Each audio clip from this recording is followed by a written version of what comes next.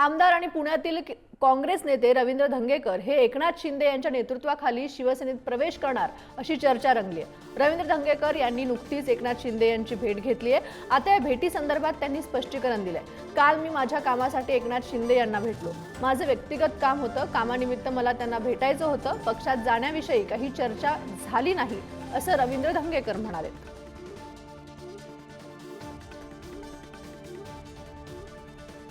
तर काँग्रेस नेते रवींद्र धंगेकर काँग्रेसच्या वाटेवर आहेत, शिंदेच्या शिवसेनेच्या वाटेवर आहेत का अशी चर्चा होतीये। मी शिवसेनेत प्रवेश करणार नाही असं रवींद्र धंगेकर म्हणाले। व्यक्तिगत कामासाठी शिंदेंना भेटलो असंही स्पष्टीकरण त्यांनी दिलेलं आहे।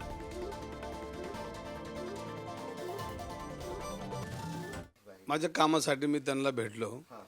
माझं वैयक्तिक काम होतं आणि काही त्याच्यामुळे मला त्यांना माझं कामानिमित्त भेटायचं होतं। मी त्यांच्याशी भेटलो। मी काही त्यांच्या पक्षात जायची अशी काही चर्चा झाली नाही, पण त्यांना मी भेटलो, माझ्या कामासाठी भेटलो आणि काल मी गेलतोच की।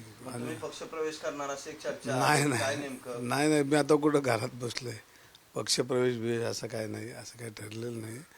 त्यांच्याशी मी माझ्या कामानिमित्त बोलल्यानंतर माझ्या कामाचं तेवढी करायचा प्रयत्न करतो मी, एवढाच विषय होता। बाकी काही तसा विषय माझा नव्हता, पण राज्याचे उपमुख्यमंत्री म्हणून त्यांना भेटायचं होतं, भेटलो।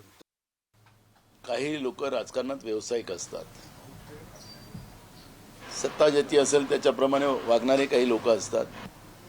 पण मला असं वाटतं की महाराष्ट्रामध्ये जनमत हे काँग्रेसच्या बाजूने आहे। हे झालेलं मतदान या निवडणूक आयोगाच्या पापामुळे जो जनतेच्या मतावर जो डाका टाकला गेला होता त्याचा परिणाम आहे।